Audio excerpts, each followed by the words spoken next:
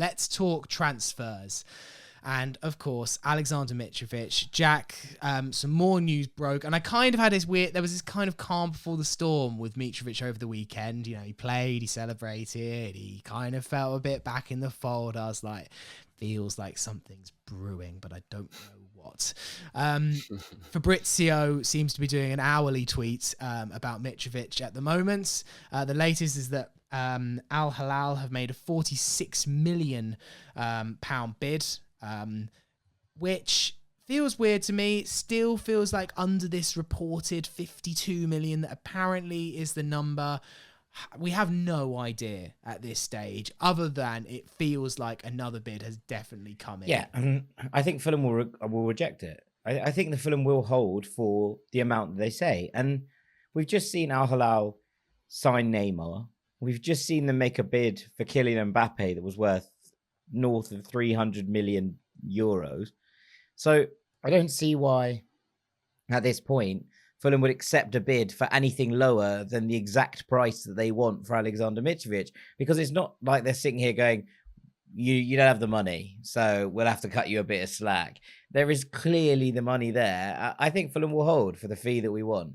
So that said, when they're 6 million off it, I think they'll go to it. And I think at that point, there will come a moment where Fulham, have said to Aleksandar Mitrovic, this is the fee. We said it right at the start, right? When this saga began, we said Fulham should say to Aleksandar Mitrovic, this is the fee. We know they have money. If they pay the fee, then we will reluctantly and sadly allow you to go. But if that's what you want, then they have to pay up. And ultimately, I think that's the clear message that's come out from the club, that if you want him, you have to pay the fee that we demand for him. When they're 6 million off, I can't see it being very long before they hit the figure that Fulham want. You say that, Dean, but they've known the amount all along and still seem to be stringing this out. And at surely some point, Fulham are going to say to Al-Hilal, the deadline might be the deadline, but our deadline is way before the actual deadline here. I don't know. My heart can't take this anymore, because I remember when we went to America and all those stories came out, I was like, okay, he's gone. I've accepted it. I've moved on. Yeah. He clearly is going to go. It's just a matter of time. Then it all died down. I was like, oh, maybe, but I imagine it'll come back. And then when he played at the weekend and he was involved in the goal and I saw his reaction to the goal, my heart got excited again that he's staying. This back and forth is torture. Yeah, it really is. So I've got a decent contact on the Al-Hilal side of things. And I try not to check in with him too often because it is quite depressing whenever I do.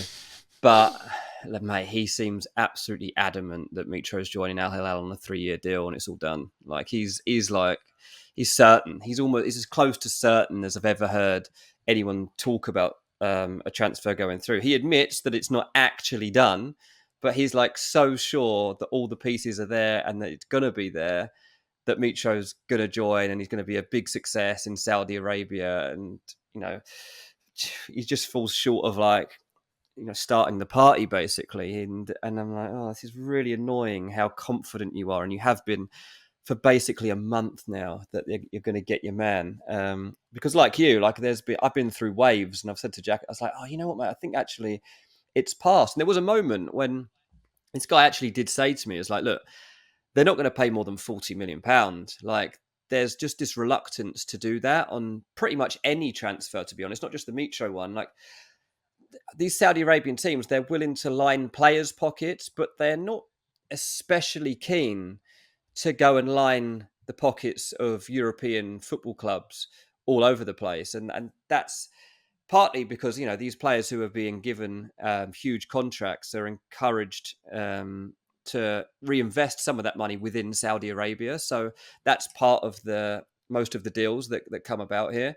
So yeah, they're being quite tight on the transfer fees, but not the player terms. Oh, I do think it will happen. It's so annoying. Like, I kind of wish it had just happened a month ago now, so that we could have just moved on from it and got on with it. I really didn't think I was going to see him on the pitch this season. And now I have, and I see that even when he doesn't seem like he's like fully into being there, he still produces like the spark that leads to our goal against Everton. Like, even just such a simple, short moment of the game, but it's still the link up with Andreas that leads to the goal. And it's like, he's so good. He's so good. And even just his little movements, the way he holds his body up against defenders and rolls people, the way he annoys people and looks for fouls and rolls on the floor at times. I'm going to miss all of it. And I'll miss this guy like so much. Again, not as much I feel as like I'd miss Paulinho right now, but it does feel like the end is still near. And I hate saying that. Jack, are you convinced it's done? Maybe done's a strong word. I think it's probably unfair for me to say that I think that Fulham will hold out for the full amount that hasn't been put on the table yet, and then say, no, I think it's done. But I think when the figures are starting to get this close, then I would be, if I was a betting man, I would say that I would be betting that a fee will get agreed. Are you happy with 50 million, you two? Is 50 million good enough for us to lose like the player that has basically been our greatest of all time? I'm not convinced, and I know that they said this on the Jack and Joe show. I know they said this on the Sunday pod. Who do you get? I know there are players. I know there are some players. I'm not convinced there is any place in the world right now that you can go spend that £50 million and you get everything that we know guaranteed Aleksandar Mitrovic brings you this season. But I guess that's the gamble, right? Is that we'll get by and we will be able to find, maybe recreate it in the aggregate kind of thing. But I just don't know how we're going to do it. But Jack, I'm sure you will differ, because I know that your scouting knowledge of Europe is stronger than mine. I really like En-Nesyri as an option. And I know that Sevilla were open to selling him earlier in the window. I think he brings a lot of what Aleksandar Mitrovic brings to the table. He also is slightly quicker. He's probably a little bit of a better finisher on the run, but I don't think he's quite as strong in the air. But he has a good aerial presence. I think that would be the player I would look at if I was Fulham and I had to go in and be like, I want a Mitrovic replacement that's not going to completely break the bank, but comes with pedigree and is also, stylistically a match. That would be where I would go to. But if you could go and get Tyler Adams, Youssef En-Nesyri, and Serginho Dest for 75 million, just over the top of that Mitrovic clause, I think that you'd be looking at bringing in a system that would strengthen Fulham for the long haul, would prepare us potentially a year in advance for the idea that Paulinho might go next summer. My major issue with all of it is that Marco hasn't signed this contract yet. And if Mitrovic goes, I don't know if he'll sign it. I think that will be the end of it. I think that he will see out this season and walk away because he'll go, the club couldn't match my ambition. And that would be my major concern with Aleksandar Mitrovic leaving. I don't know if he would do that. I mean, after turning down that money in that moment, I understand what you're saying. He still hasn't signed, but I don't know. I can't see Marco walking away now. Like that was No. I mean, at the end of the year. I don't think he'll walk away in this transfer window. I think he just won't sign a contract. We'll let it expire, and next summer he will have his pick of jobs.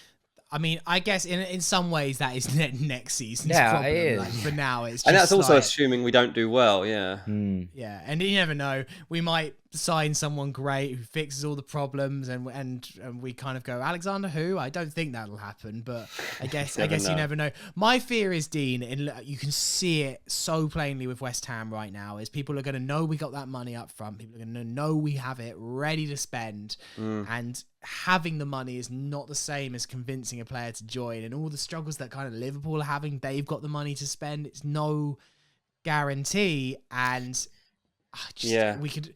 Part of me also just can't accept that Tony and Shahid are just gonna walk away from this fight, because Tony seems so up for a battle and a scrap.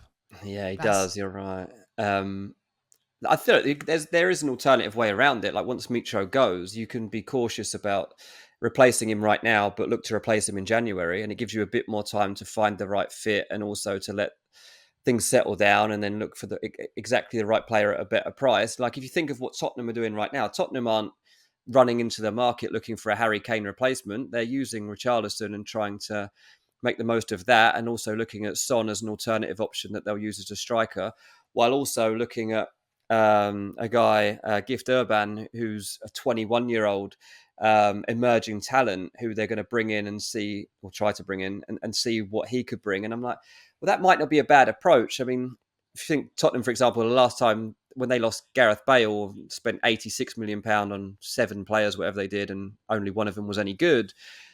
I think they probably learnt from that. And I think maybe we look across the board and think, how have other people replaced star names? And doing a like for like seems nigh on impossible. So maybe it's a case of, can you get through the beginning months of the season and then find a better fit? Because Raul Jimenez, look, he might be fine. Like some of his play is a little bit Mitro. And if we can get Jimenez back, I don't know how long he can be fit for. I don't know what the consistency of his performances can be. But for example, the goal he scored against Hoffenheim, like the manner of it, arriving there and sticking out his leg like that, I was like, that is a bit Mitro, the way he's got on the end of that. I like it.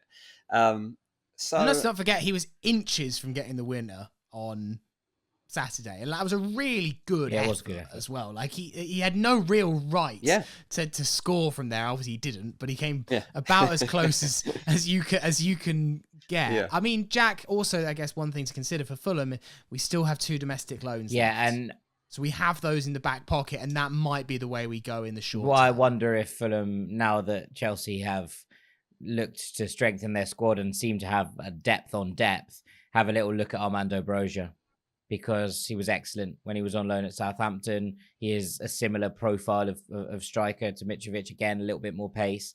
I wonder if they'd loan him out, especially when they've got Thatcher Fofana out on loan, playing in a Champions League club. There might not be a space for Broja in this Chelsea project. And if there isn't, then I wonder if they'd like him to be nearby where they can keep an eye on him and playing Premier League football so that they can increase that fee next year, because West Ham were linked. There was a couple of teams linked at one point, and I wonder if they'd actually just go, yeah, that's not a terrible idea for him to be down the road at a club doing pretty well for themselves. Yeah, there are some mentions of it. I don't know if I want a Chelsea player leading our attack, but I guess I'm going to have to deal with that on a personal level rather than worrying about whether Fulham can handle that. He's a decent player. Again, you've got the question marks over fitness and consistency, and I'd argue, like, is it a bit risky having Broja and Raul Jimenez as your 2 main striking options, and both of them pick up injuries, and suddenly it's still Vinicius leading the attack, and is it going to be good enough if that happens? So that would be probably my main concern around that. The one good thing about if you were to try and sign Broja and it happened would be this guy is so determined to become a hit in the Premier League, like absolutely convinced that he can do it. And I would like to see us, sign somebody who's got that kind of hunger and desire, rather than looking for an older player again here who can just see us through. I would like to see someone that is desperate to prove themselves. Yeah, I think actually when I hear, and maybe it's just the comfort of a player that has played in the Premier League rather than En-Nesyri, who, look, I know he's done great things for Sevilla, has also been a bit hit and miss in La Liga in recent years. So, and to be fair, Broja's not always lit it up when he hasn't had the chance for Chelsea. But you kind of think at 21, there's the chance for that to happen, and maybe you could see a system like that working. And look, you might be able to get a loan with an option on someone like Broja. Yeah. You might be able to. It might be a big option. It might be an expensive option, but that would be. He's not going to fit in. Broja's not going to be a Chelsea. The way that Chelsea are like enhancing their squad at the moment, like Broja's chances of actually making the cut in that kind of setup, they just spent almost £1 billion. Like to fit in with that, as someone of Broja's profile, is very, very difficult, and he will be realizing that right now. There's every chance that Chelsea's next big signing, not right now in this window, but over the course of the next year, will be an elite striker if Nicolas Jackson doesn't fire. So, yeah, I think that he'll be keeping his options open. And certainly if he was to be allowed out on loan right now, I think he'll be looking for a club that has certainly at least an opportunity to go and make it his next club permanently.